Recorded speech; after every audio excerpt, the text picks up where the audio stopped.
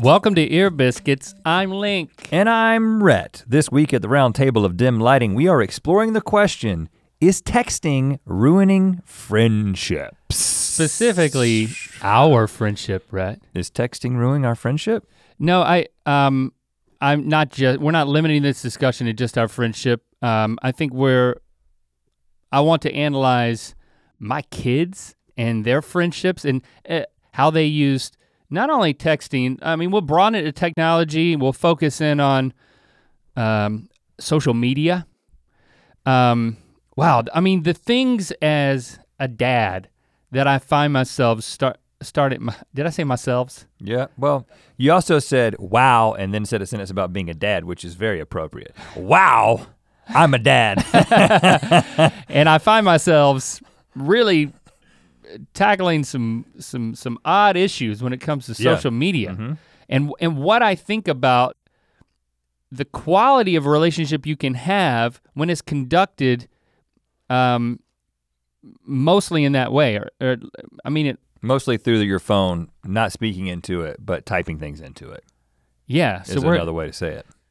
But we should start with us. I think one of the things I'm prepared to do is share our very first text conversation. Oh. Like our first conversation as friends over text. I have it on my phone. I've told you about it, so you have it on your phone. I do have it on my phone as well. And we're gonna share it with you as an opening salvo into the world of technology, texting, and how it impacts friendships. Yes, we'll get to that in 1 second. We do wanna let you know that we are going to be at the NC State Fair. I wanna do it like a monster truck announcer because- You just did. Rhett and Link, comedians. Wow, dads! Comedy duo Rhett and Link will be live at the NC State Fair, October 12th, 7:30 p.m., Dorton Arena. All you gotta do is get admission into the fair, and you can show up there to watch Rhett and Link do their thing on stage at Dorton Arena. Yeah. For more details and tickets to the fair, go to ncstatefair.org. What's the name of monster truck? Bigfoot? Bigfoot will not be present. Gravedigger. Gravedigger will not be present. Little Bigfoot. Little Bigfoot will be present. Hey, Rhett and Link will be riding in on the back of Little Bigfoot. All right, that's it. Kiko, thank you for adding some sort of music bed of generic metal guitar type thing, just to really sell what just happened. Okay, yeah. Was it clear we're gonna be at the NC State Fair? I think that was not only clear, it was very powerful. Okay, good. And you know what? No need to dwell on it. Well, I'll dwell on it in a second because just another word about the creative associated with it, which we're developing currently. Oh, the creative. This is gonna be a freaking bona fide concert, y'all. And we're just kind of dipping our toe in. Well, we're not dipping our toe in. We're doing a freaking I'm going at least knee deep. We're doing an hour-and-a-half show, which is music. Mostly music. It's a concert. It's not the tour of Mythicality, okay? Which, if you saw that, was like a theatrical presentation. We are doing the tour of Mythicality in November in the Northeast, but this is a different show. This is gonna be just a music show. Because I see the future, Rhett. I can see into 2019. I can see that we might want to do more concerts. We'll see how it goes, man. Well, if it doesn't go well at the state fair, yeah, we won't think about it anymore. But we'll have the smell of like cow dung wafting in, you know, it's like right. Cow dung in one nostril and like Polish sausage in another nostril. Yes. I love the way those two things mix. Yes. A lot of nostalgia, so I'm glad to be going back. All my family members are hitting me up via text. Well, I told my parents about it and my dad said, well, we hadn't been to the NC State Fair since the first year we were in North Carolina. Really? Which was 1984. Well, my mom's husband, Lewis, boy, it's the highlight of his year. He goes multiple times. I love it, man. I think it's like 2 weeks. He goes multiple times just to go. Yeah, I'd camp out there if they allowed that. He loves it, man. Anyway, we have, let's see, I have dug up the very first text exchange between my good buddy Rhett and I had to enter my code on my phone. I couldn't do it while I was talking. Now I gotta say, that was a little bit of a deceptive teaser. Well, there's a little bit of a misdirection. Are you saying that because this text exchange between us happened yesterday? It happened on Saturday. Okay, day before. Because I can see it right now. Day before yesterday. But let me explain. I'm gonna read this text thread to you, conversation that I initiated. And at a certain point, I'll explain why this is the first of its kind. But it starts with, from me. I'll just read my part, so. This is pretty cool. And then I put a screenshot of an Amazon review of our book into a text to you. And then I wrote, I had never actually gone into Amazon and read reviews of our book. And you know, I just need a little warm and fuzzy feeling from the mythical beast. Who am I kidding? You know, sometimes you're just sitting around looking at your phone and you're like, I was actually going on Kindle, the Kindle app to like download. I wanted to start reading another book on my Kindle. Right. And so when I went on there, I was like, you know what? I just kind of like to look at the fact that we have a book in there. So I'm gonna do that just to remind myself, I'm a published author. It just makes me, it made me feel good. It's like, wow, you know what? By the way, since I'm in here, it's kind of like you go into Barnes & Noble, don't you ever go by the section to see if our book's in there? I have. Kind of make you feel like, gives you a little boost? I don't camp out there. I walk by there briskly and make eye contact with the book, but I don't touch it. I would never be caught touching my own book in public. Or like sitting there waiting for someone to come up and. I'm not an idiot, I'm not a douchebag. And then I started reading the reviews for the first time and I was blown away with the level with which people will not only write about what they think of the book, but write about the connection to us. Yeah, well, and so then I screenshot one of those and sent it to you because it made me feel really when good. you sent this to me. This is from Hammerton. I thought, okay. This isn't that unusual for you to send a message like this. This was I would say totally usual because this is. Right, and so I responded with, yeah, I've read some of those.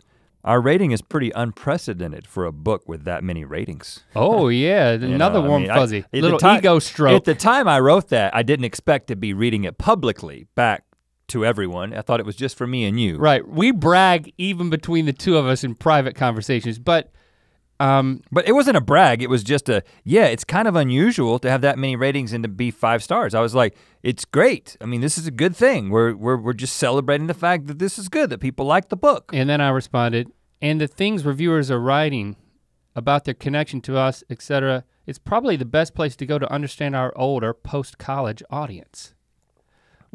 So this is just us working. This is not anything unusual. This is not the first of its kind. This is just another moment via text where I should be relaxing, chilling out on a Saturday afternoon, but instead I'm trying to simultaneously stroke my ego and get some work accomplished. And how can we utilize these reviews to further understand our demographic and blah, blah, blah, blah, blah, blah. And you wrote that at 1:36 p.m. and as you can see, I had assumed that, okay, end of conversation, I do not need to respond to this last thing, so I did not respond to it. Thought conversation's over, it was an exchange of information as is typical given our text history. And then it got weird. It got new. I decided to change the subject and I just said, how was the concert last night? That's a first.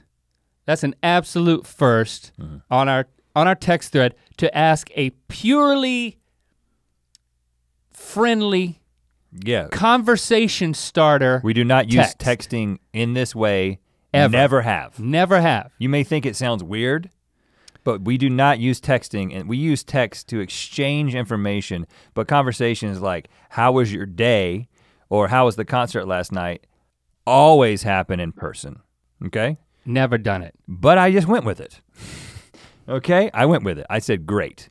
He puts on a really good show. Now, I was talking about Jason Isbell and the 400 unit, played at the Greek Theater in Los Angeles. Yeah, I was invited to go. by Rhett, and I politely declined for reasons that I'll get into. And Jason is one of my favorite artists, and I've seen him before live. My wife, and actually my whole family loves him. Like we play his songs all the time in the house, in the car. So I brought everybody. Locke, for a number of reasons, didn't end up being able to go, but Jesse and Shepard and I went, had a great time. So, and I said it, he puts on a really good show, but again. That's not the point of this. I didn't expand beyond that because I was like, didn't seem like the time or the place. It never has been for us before. And again, I do think we maybe should, before we'll read the rest of this text there in 1 second, but just to clarify further, text has just been something that's been purely for logistics. Like, we may even go far as to say, hey, I wanna hear about the concert. Like that might be something that I would text, but I wouldn't say, how was it? Let's have a legitimate, friendly conversation right now. It'd be like, let's put a pin in this until we're together when we conduct our friendship, and then we'll do that. Right. I think it's how old we are. You know, well, let's not analyze it all throughout. Let's keep going. Let's get through it. See, you're already bored with it. You hate it. Yeah. How's the concert last night? Great. He puts on a really good show. I said, I just can't get into his driving rock songs. I just like the slow ones. Whereas someone like First Aid Kit, who we're going to see soon, I like all of what they do.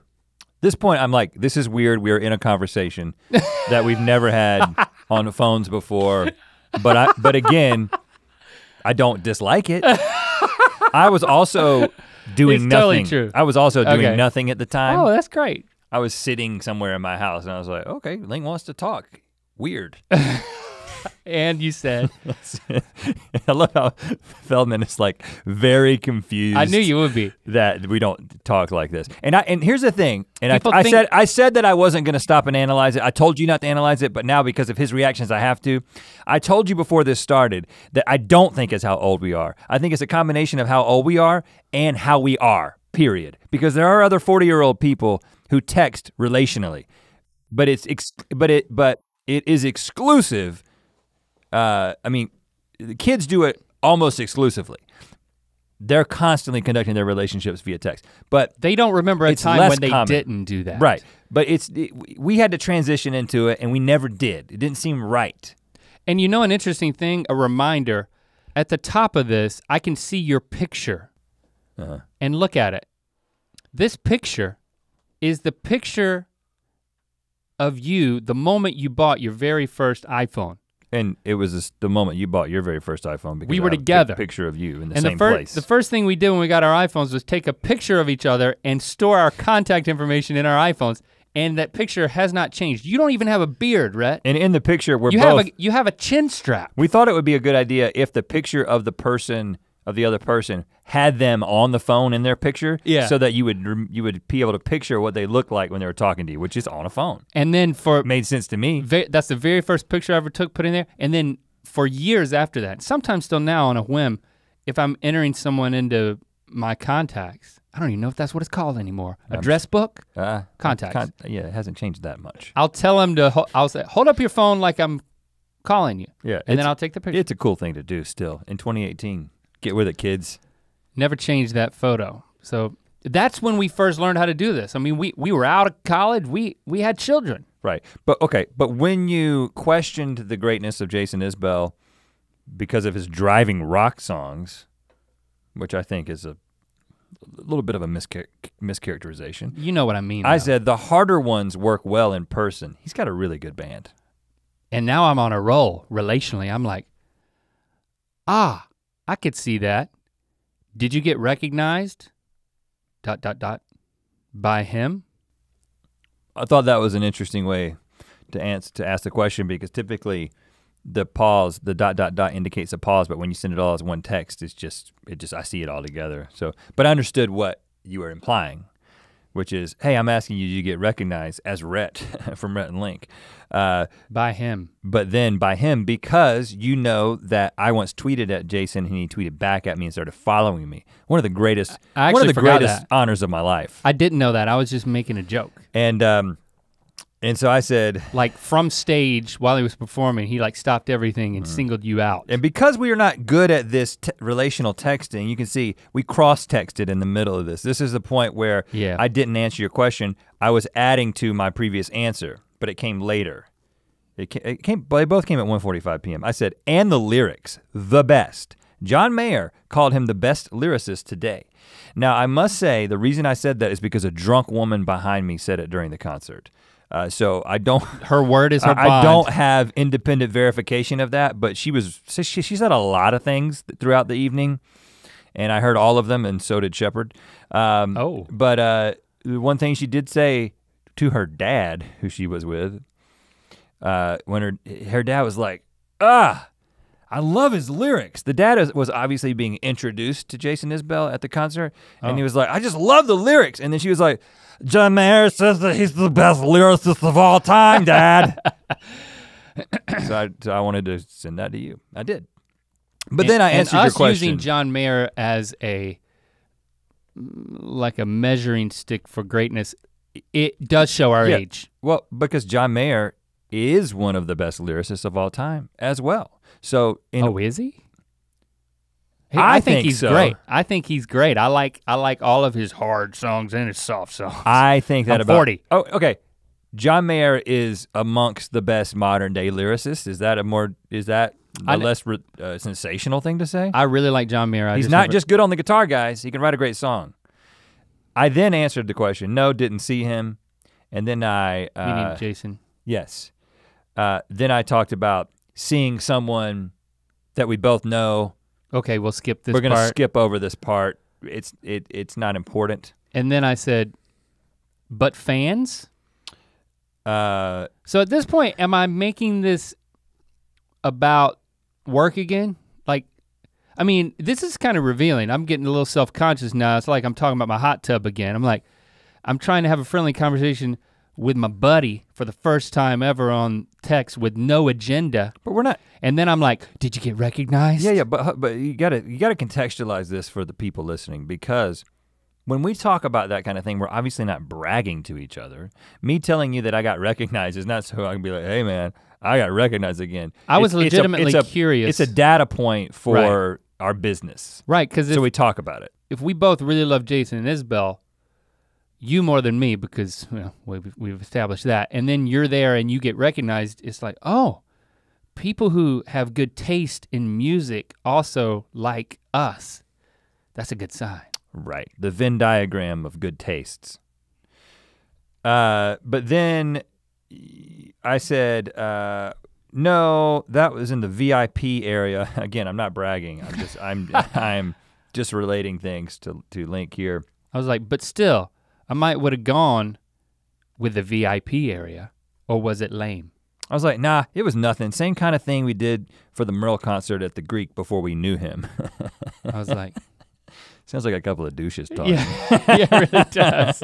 We're horrible at this. Yeah. So I'm like, yeah, so no fans there? I'm like pressing. Yeah, and I was like, a couple of people got a picture. And I'm like, yes. And then I'm like, I'm going deeper. I'm gonna make a bold choice. By this point, I felt weird because I had been sitting down texting for multiple minutes, and I never do this. I don't just sit down and text. What kind of freak does that? Right, me neither. Right. But if we were, it wouldn't be to each other, because we're so self-aware of our, like the parameters of our relationship. If we do something that's not like something that we do in our relationship, alarms start going off. It's like, oh, you started talking over text, or you helped me with my seat belt. Yeah. In the car. Or like, why are you helping me with my seat belt? Or you hugged me when you saw me. Right. I mean, like we have groups of friends, and all our friends are huggers, and like we see them all the time, and we hug them every time. I hug them, and then I kind of go through everybody. Then I see you, and I'm like, I kind of nod at you a little. Yeah, if I even acknowledge you. Right. It's kind of like seeing yourself in the mirror. Do you hug yourself in the mirror, or do you just make eye contact briefly and then move on? It's like we say we're like an old married couple, but even an old married couple still hug each other unabashedly, right? But an old married, maybe they don't. An old married couple, the reason why we're like an old married couple is that we have our protocols of relationship, of friendship, and and they're set. So anything that deviates from that, like having just a friendly text exchange, is a deviation, which means it's odd, which means something must be up. I was fully committed at this point. I think this can lead to growth in our relationship. And let's put a pin in that. We need to come back to that thought, okay? Yeah, we need to get through this so we can get to the analysis. Oh God, or at least the ad. Yeah, right? we gotta get to the ad. We got Yeah. gotta put an ad in this podcast. That's really what matters. Okay, where was I? Subject change is what you put it in brackets. I actually put in brackets. Which I think subject that's change. a sign of age as well. Yeah, people don't do that, huh? I don't think the kids know where brackets are. I said that a fan pointed out that we say smell of that instead of saying smell that when we try to get the other person to smell something. You say, I saw that comment and I think it's crazy. I don't say that. And I said, you're saying I say that? And you said, I would have guessed it, but I'm saying I don't think I do. And what I meant to say was, I wouldn't have guessed it, but I am saying that I don't think I do definitively. And I said, so yes, you are saying that. Because you misunderstood what I was saying, and at that point I didn't respond. No, you were saying that I did, and you didn't.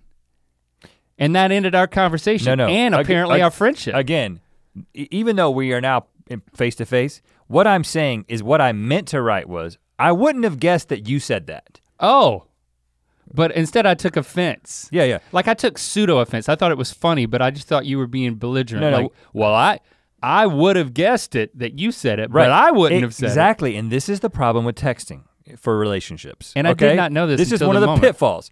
And I didn't even realize that this is why the conversation ended. Because what I meant to say was, well, I would have never said that you would have said it. If I had to choose between the two of us, I would guess that you were the one who said it. But I've never heard you say it that I know of, and I'm pretty sure that I've never said it. Now, I'm probably wrong on all counts, and I probably will get like a super cut of me saying smell of that posted to YouTube. Please do. I want to see a super cut to see if that's true or not, because that's a big question. But there is a bigger question which I want to save until we explore multiple avenues in the quality of friendship when conducted over technology, text, social media, across our lives, our kids' lives, right? Our friends' lives. And whether or not that's good or bad or indifferent. And let's come back to this exchange.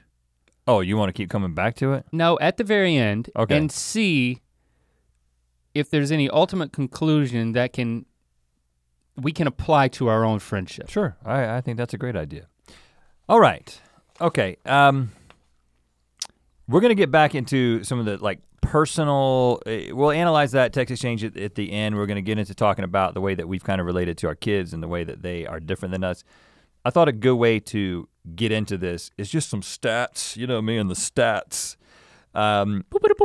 These stats come from Psychology Today and relate to using text as a form of communication. 33% of adults and 77% of 18 to 22-year-olds prefer texts over all forms of communication, including in person. So, wow, 77% 18 to 22-year-olds would rather text than anything else. You have to, and I think you can extrapolate that and say that if you're under 18, that number is definitely higher than 77%. So it's safe to say that more than 77%, more than 8 out of 10 kids, teenagers and younger, if you've got a phone, prefer texting over all forms of communication. A third of all adults prefer text to phone calls. Text is the most used form of communication for adults under age 50, and Americans send 5 times as many texts as compared with phone calls each day. Now, just a quick side note related, because I said Americans send all these texts. 75% of the world uses some type of video chat application like Skype or WhatsApp in place of texting. The majority of users around the world average only 6 minutes of texting daily. So the texting at this rate is a bit of a, I don't want to say Western phenomenon, it's partly that, but it tends to be places that have had a lot of financial success and everybody has a smartphone. But it's interesting because a lot of these people in these places have, like India, A lot of people have smartphones and computers, but they're talking to each other via video chat. And I don't know any of the reasons for why that's the case, but just an interesting tidbit that came up in this. Well, I think that we're approaching this from a weird place, right? As evidenced by our first text exchange as friends being 2 days ago. We are assimilating to something that our kids and the rest of society as they grow up are just growing into instinctively. So for us, I think that there's an exercise in seeing how utilizing technology and our phones can increase the quality of our friendships. It's something that I've been very resistant to. Whereas most people, and I think, younger people, or what I'm afraid of for my kids, I'll couch it that way, is that the opposite extreme. That if they would prefer to text versus anything else, how does that impact your relationships? And not only that, even your ability to conduct a meaningful relationship. Right. You know, I mean, are they being short-circuited by technology to have a lower capacity for connection? But I think we should start with our own experience. Yeah, I think for me, before I looked at the research, which we're gonna continue to get into, because I never really looked at this. I had just heard, and also I think just naturally inferred and assumed that this just can't be a good thing. Sometimes I have a tendency to, and my wife calls me out on this quite a bit, to begin sounding like the grumpy curmudgeon man who thinks that this generation, in fact, one time my mom told me that when she was hanging out with Shepard, who again, at the time was like 8 years old, she said Shepard was talking about something related to Locke, and he literally said, this generation of teenagers. This is an 8-year-old speaking. You can imagine where he got that from. And I'm like, okay, well maybe I have been, and I don't wanna be that guy, because every older generation thinks that there are deficits in the younger generation, and the reality most often is that yes, there are deficits, but there's also areas in which they are better, more equipped for different things. And you see that as you look and analyze. You can go, there's places online you can go and just analyze the different generations and like their propensity to drug abuse and divorce and that kind of thing. And there is an ebb and flow. It's not, the world isn't, contrary to popular belief, every generation isn't getting worse and the world isn't going to hell in a handbasket. It's a popular narrative, but not true. Well, there's there's an overall trajectory towards the hell in a handbasket though, right? Come on. No, there's not. There's, in fact, might have a couple of good years, but in fact, it's absolutely the opposite on the whole. But that's not what this podcast is about today. And I think we're trying to, so in the spirit of that mindset, I've tried to say, you know what? We've developed over the past few years a group of friends who we hang out together.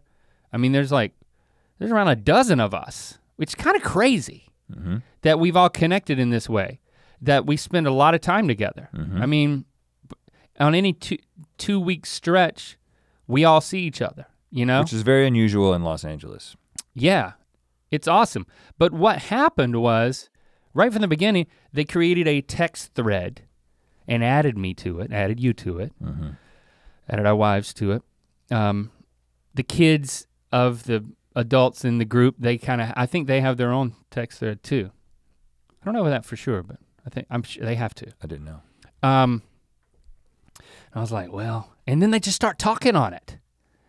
And the first thing I observed was just a general attitude of, well, I'm not gonna do this. Well, they were doing things like putting memes into the text. It's like, what am I, a 12-year-old? And I would observe it from a distance and think, this is funny. These are funny people. They're having a good time. I'm having a good time. And sometimes things would get more serious and somebody would share something that they wanted to share with the group they were dealing with or whatever, and people would offer advice and perspective and be like, whoa, this is a little more than on my phone. This is a little more than like a mildly inappropriate GIF. This is some actual life stuff happening within a text sometimes thread. Majorly inappropriate. Yeah. You gotta watch yourself.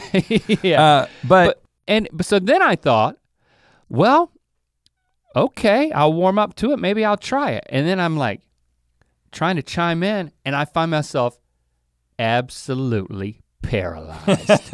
Like not even beginning to type and delete. And not again, creating that cloud that then, he's typing. Again, which doesn't show up in the this group. Is, I don't think that this is absolutely normal. I think that we're both a little bit in the abnormal place when it comes to this, because what I did, I think a lot of it has to do with the way that we've scheduled our day.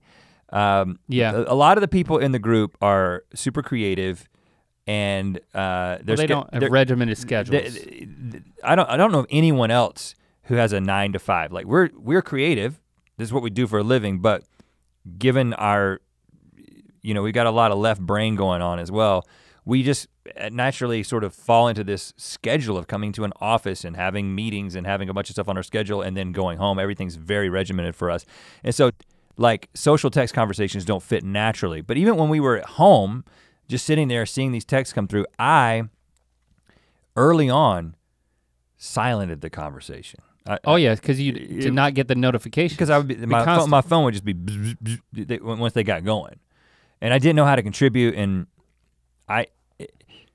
now let me just I wasn't going to get to this yet, but let me throw something in there because there's a study that shows, and I think this is very applicable for what we're talking about in the way that we perceive this group. There's a study that shows this is in the Journal of Computers and Human Behavior. The study found— Yeah, I got that on my coffee table. The study found that similarity in texting styles was linked to relationship satisfaction. So texting in the same way at similar frequencies makes people feel like their relationships are going well. Now this was done in the context of romantic relationships, but people analyze how connected they are based on if there's symmetry in their texting. So you're texting about the same kind of things, you're texting as often as each other approximately. Yeah. And so I think that we began to perceive that because we weren't participating in the text thread, I think I began to think that maybe they think that I don't care about them as much as they care about me or whatever, or I don't care about this group. And we ended up talking about that as a group in person, not on the text thread, but because somebody else in the group was like, I'm sorry, I don't text, that's not what I do. And then we were like, us too, sorry, we think it's really funny and we love all you guys, but we just don't naturally contribute in this way. It's not normal, we don't do it with anybody. It's not just you, it's me. Yeah, so we felt self-conscious, but I did notice, even though I was lurking, I felt so much more connected to the group. And I mean, with 12 other people, I mean, there's still like 5 that do most of the texting, and so I started to soften to it a little bit. To fast forward over a year later, I still don't text that often. But I appreciate it so much more as a legitimate form of connection. And then recently, I think we experienced the limit of that, because we got into some stuff, right? And I think I have I'm gonna go back into some data, which I think informs what happened, and then what happened again up top in our conversation. Because I started to get really hopeful. I'm like, man, it's like we try to see each other every week, but if we don't, we've got this we got this thread. It's like literally, it's a constant thing that keeps going, a thread of connection. Is that why they call it a thread? Yep. Wow. You just figured it out. You just cracked the code. I just did it. Okay, so what's the problem?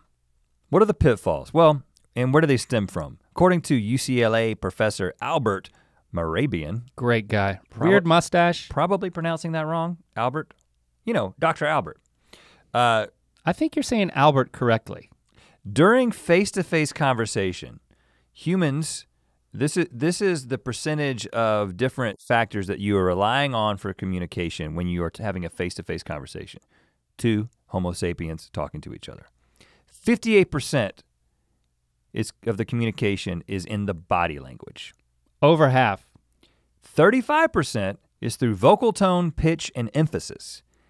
That leaves 7% for content of message. Ouch. Okay, so let me just say that again in case you didn't understand. When you're talking to someone and you're communicating to them, if they're picking up what you're laying down, it is based on 58% body language, 35% vocal tone, pitch, and emphasis, the way that you're speaking, and 7% content of message. Now, Albert, I don't know you. I'm not, you may not be omniscient, and this may not be exactly 100% true, but I think that the gist is definitely true. You know what I'm saying? It's like, how do you break down communication? What was the nature of the study? What I'm basically saying though is that a small percentage, potentially 7%, but definitely a minority of what you're communicating to someone is related to what you're The words saying. coming out of your mouth, because we're animals. Right. You know, we've evolved in an interactive and space. our communication with each other was way more about all this 58% and 35%. The 93% of communication was the basis of communication before humans evolved the ability to speak. So you were, I can communicate a lot. I can go into my monster truck voice if you want me to, but. I tend to think that I was, my ancestors, Okay. distant, it was more like meowing and purring. It was gentler. Cats? Cat-like. Okay. Don't believe that that's how the evolutionary tree breaks down, but whatever. But the bee is my spirit animal. The point is, we're at a place where we still, listen, guys, biologically speaking, we haven't changed much in a couple 100,000 years. So we're severely handicapping our ability to communicate when you limit it to that 7%. We're funneling. And that's not even including spell check. We are funneling the breadth of human communication into this tiny little slit that is 7% of our communication capabilities, meaning that all these things that serve as visual and auditory signals to help you actually understand what people are saying is completely not present when you're sending a text message. And so when you start to get into things, just to go back to the story, with our friend group, I'm not gonna dish dirt on what we had to deal with, but it was the type of thing that there were concerns, there was emotions involved, it was heated, there was a couple of times. It wasn't an argument, but it was different, different perspectives. It became an argument. So there was a couple of things that were misunderstood, a couple of things that were said, and a few times people kind of pitched in and said, shouldn't we just talk about this in person? People kind of wanted to bail on the text thread. I even sent that text at one point and was like, can we just talk about this in person? Now, we did end up getting together and talking through some of the things that were texted, and I ultimately think that the combination of the two things was good.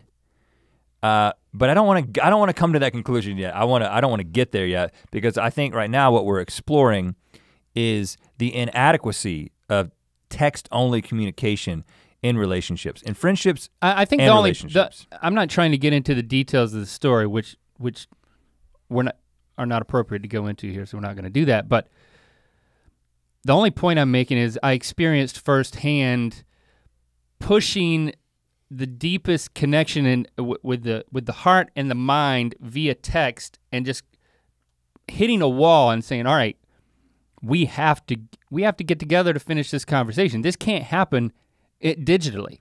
Right. You know, so I mean, we explored we explored the depths of it. Well, we kind of went through what I think is ultimately, and is kind of what just happened with us at the beginning of this, is what we would kind of prescribe as the method of using text and face-to-face conversation in conjunction.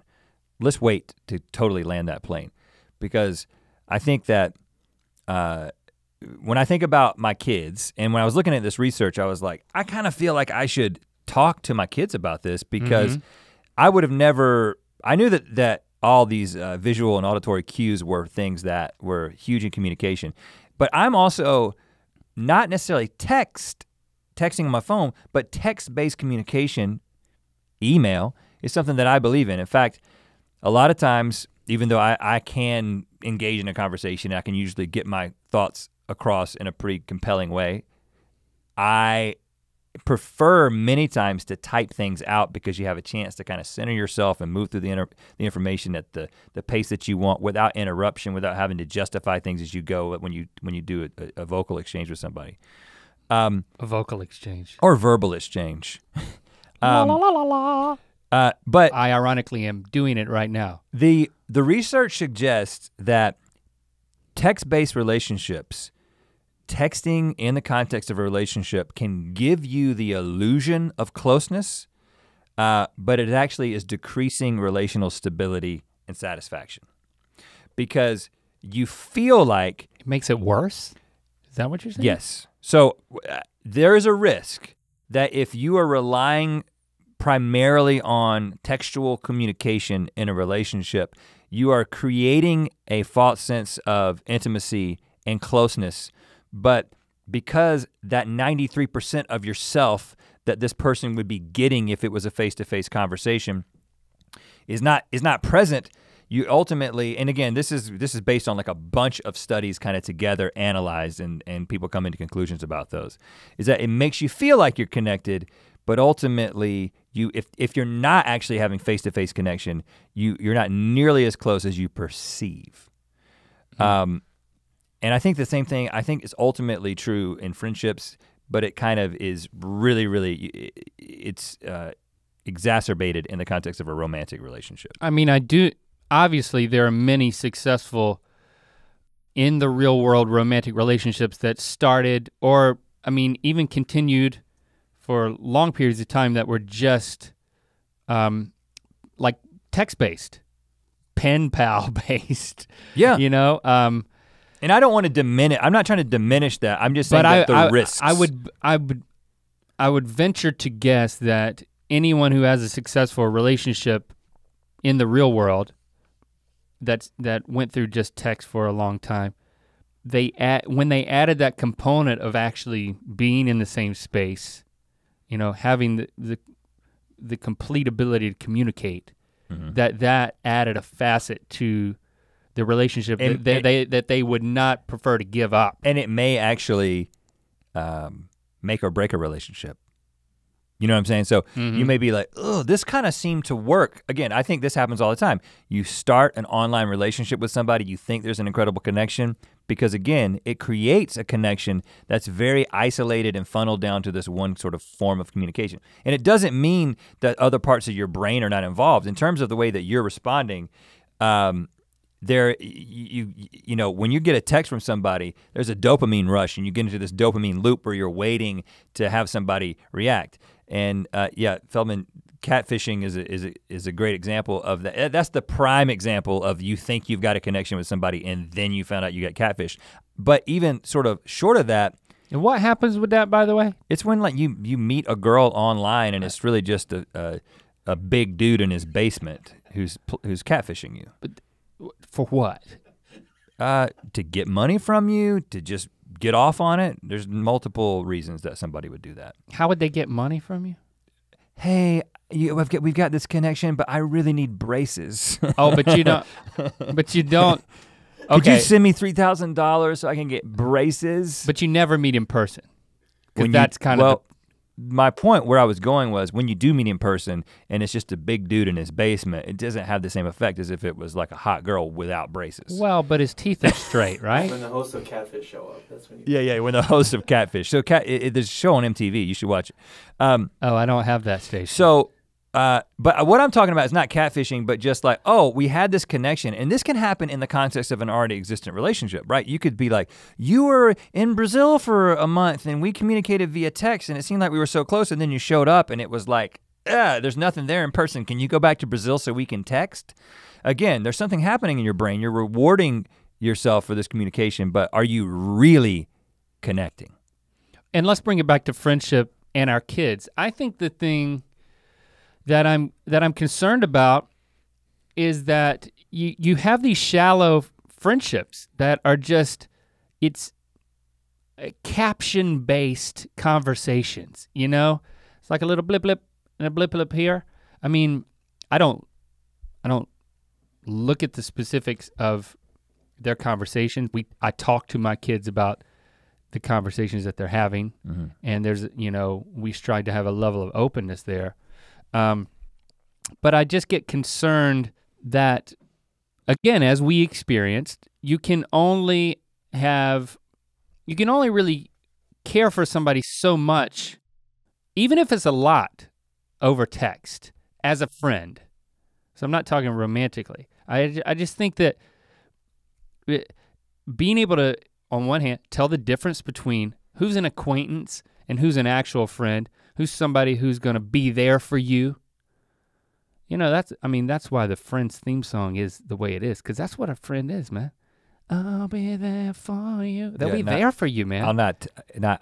I will text you. Yeah. Right, that would be different. I'll be there for you. Right. Shallow. I'll send a meme to you. Versus deep. It's the difference between like getting along with people, like, oh, like we have fun texting each other, the memes. The meme things. Well, or versus being connected.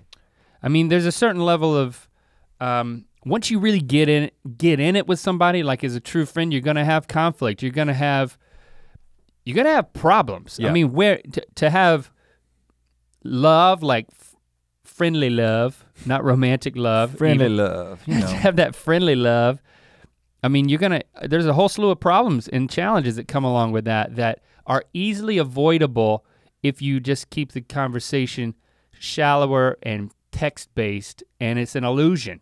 Well, the reason we do it is because it's super convenient and easy. It's much easier. Sure. It's on my terms, it's on my time, and I can say what I want to, and I don't have to see your immediate reaction. It's so tempting to reduce a relationship to a text-based exchange because it is so convenient and easy, and that's why we do it. And you know what? It's not going away, and we're not saying that it should go away. And because of the plasticity of our brains, especially the brains of our kids, again, with the research, studies are showing that their brains are adapting to this level of communication, and their brains are, parts of their brains that kind of connect their thoughts to their thumbs and their index fingers, and they're basically the part of their brain that controls that fine motor skills. They are adapting and becoming better at it, and they're better at it than we will ever be because their neuroplasticity is way higher. It's not gonna go away. They're gonna keep doing it. And I think that there are positives. To use the analogy that another guy in Psychology Today, Zach Carter, used, he talked about a cake, and he was like, building a relationship out of text is like having a cake that is icing only.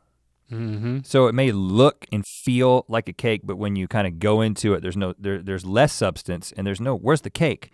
Whereas I don't personally, and I know you don't I don't like cake without icing, right? It adds some moisture to the whole thing. And so I do think that if texting I don't like a lot of icing. Okay, but not just the right amount, right?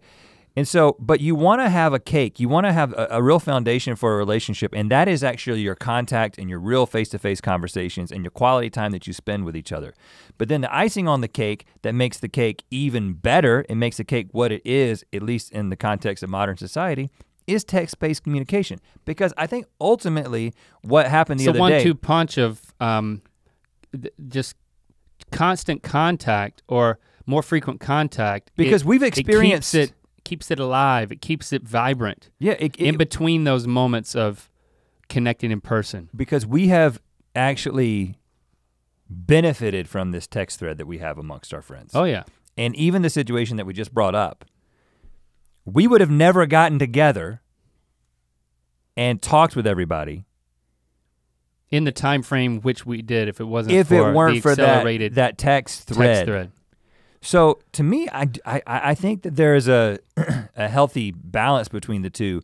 But first of all, you can't blame anybody who says, I'm not gonna text at all and I'm just gonna have a complete face-to-face conversation. It's a little Luddite-ish, but I think that ultimately where you could go very wrong is if you begin to conduct your relationships exclusively on text. And what I think that the kids are doing in this generation of teenagers, they're beginning and ending romantic relationships via text. They're breaking up via text. They're asking to go out via text. They're saying, will you go to the prom with me via text?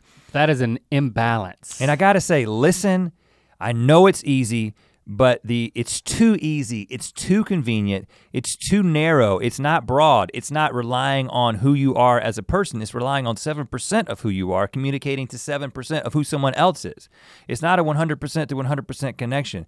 So you're really only breaking up with 7% of the person. If you broke up with somebody via text, you're still 93% in a relationship with them. That's a fact. Science says it, deal with it. I'll give a meme to you. Yeah, so I hope to help my kids begin to understand that texting and the phone in general is just a tool that you can abuse it in so many ways, of course. But when it comes to relationships, sometimes I throw mine down to see if the Gorilla Glass will hold up. You gotta know that it's not it can't be the center, the cakey center of your friendships. I mean, if you want to build real friendships, of which you're fortunate to have 2 or to 5 close friends. By the way, I was reading that studies show that you really can't have more than 150 friends at any level, at acquaintance level. That's like— because that was the size of communities of our ancestors. It's a brain thing. Yeah. Let's say it's a brain capacity thing to actually be friends.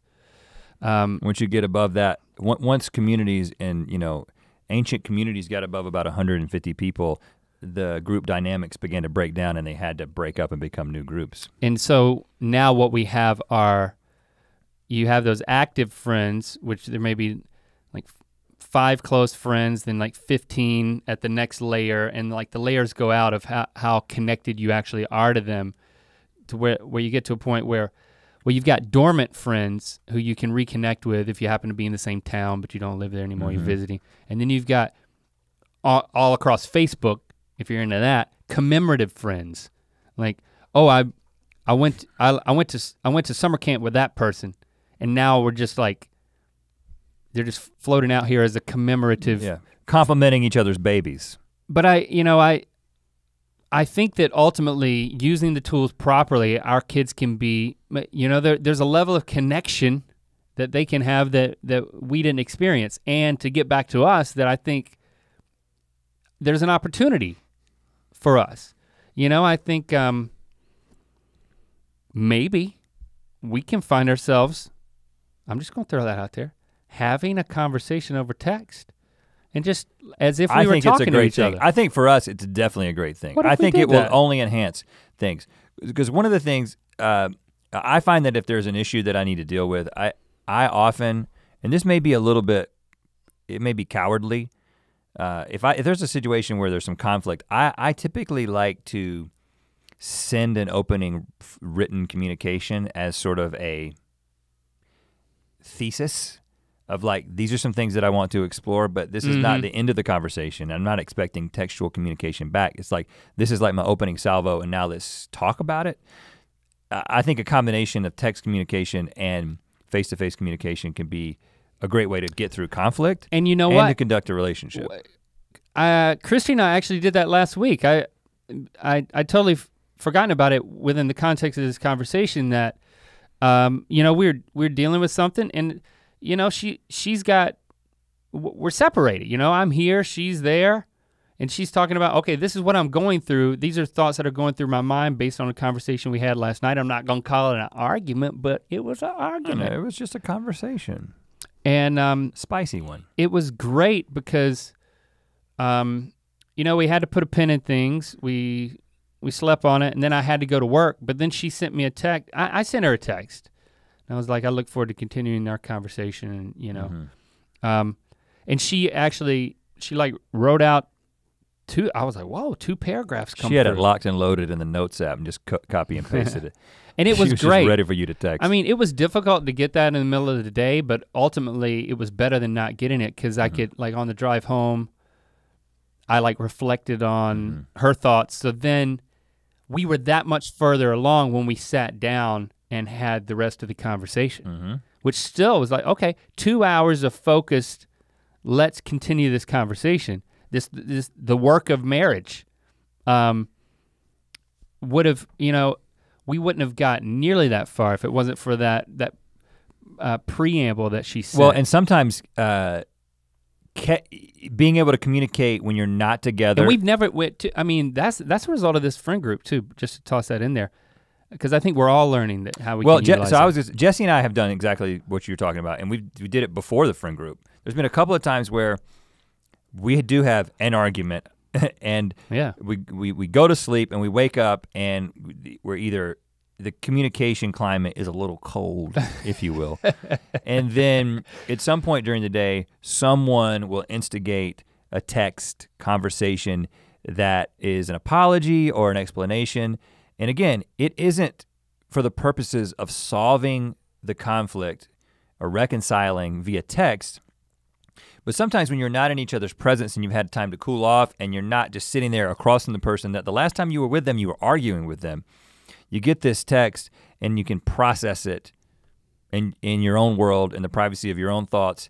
And I think it does set up, it's an opening volley that gives you the opportunity to then go and take the conflict and address it face to face. I do think that it's very helpful, very purposeful. Yeah, and that's deep work. I mean, that's, like I said, that is the work of marriage or of a relationship and can obviously be applied to friendships. But I think for us, let's start simple.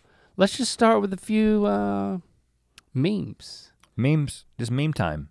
I think we can search in that thing and find ourselves. Yeah, I've done it.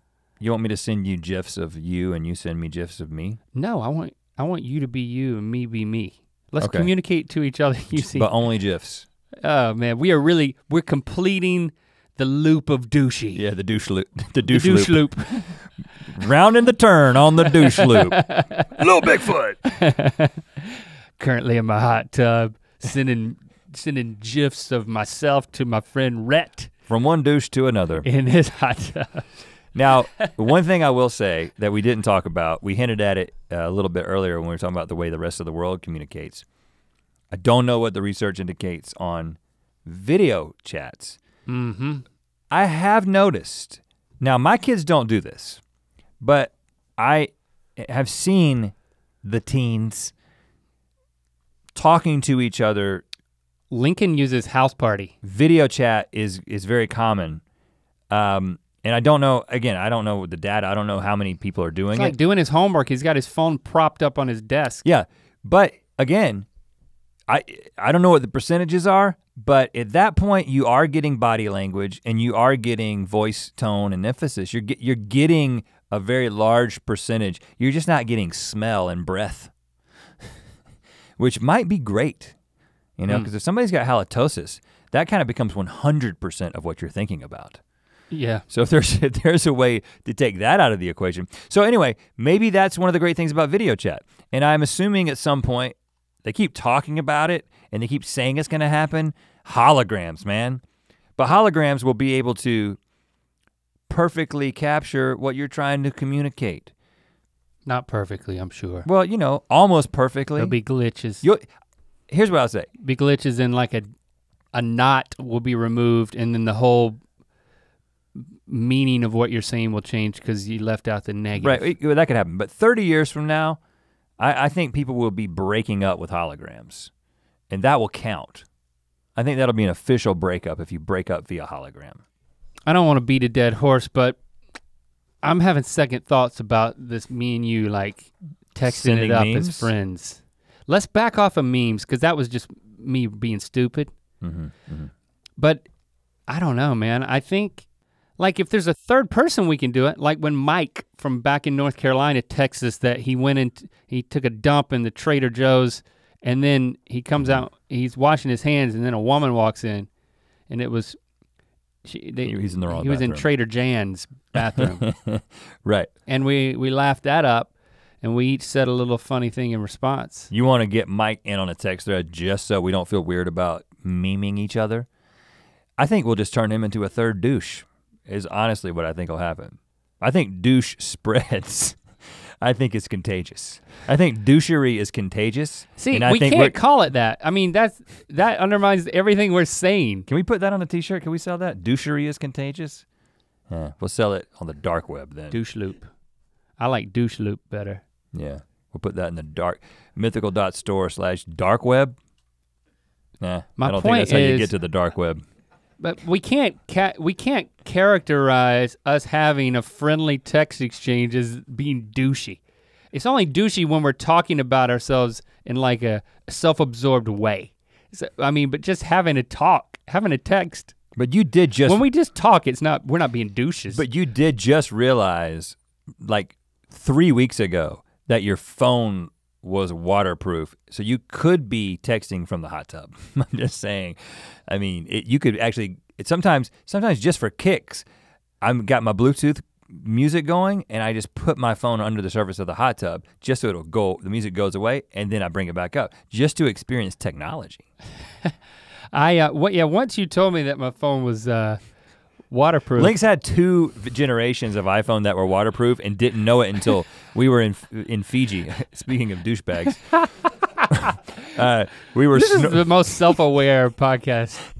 We were snorkeling in Fiji, and I had my phone out. No, it was when I was videoing you guys, my kids and your kids and you on the banana boat being pulled behind the thing, and you were like, "Hey, phone's waterproof?" I was like, "Yeah, so is yours, man. We got the same phone." And you dunked it in the water, mind-blowing. and I couldn't believe it. So then, yeah, actually last week, my family was all outside in the hot tub. And I wasn't outside, I came outside and I had my phone in my hand and I dove in the pool and then I swam up to where they were and I pulled up my phone and acted like I was talking on it because I thought that would be cool. Yeah. It would have been cool in like 2015. And then Lily was like, "Dad, you just dove in with your glasses on. Your glasses are at the bottom of the pool." Oh, dad move. I had to, wow, Dad. I had to swim down there and retrieve my And glasses. I know you're scared of going to the bottom of the pool, so how was that? Oh man, who knew that I our wish I could have friendship filmed you in the bottom of the could pool. go to another level Panicking. because we're gonna text each other. I am so excited for us, Rhett. Yep. So I don't know what the moral of the story is. I guess it's some combination of texting and face-to-face communication is the basis of true friendship and romantic relationships. Don't text too much. Don't Text too little either. text too little. Don't 'cause do that. You want to be in the Goldilocks region when it comes to texting and face-to-face contact. So let us know what you think. Join the conversation. Use hashtag Ear Biscuits wherever hashtags are used, and we'll continue the conversation. I enjoy that. What do you say, Jade? Say hello. Let me text you something right now. Wish I could make her bark. Oh, that was a little. She just licked the microphone. Did you hear that? That's my voice, not hers. Okay, bye.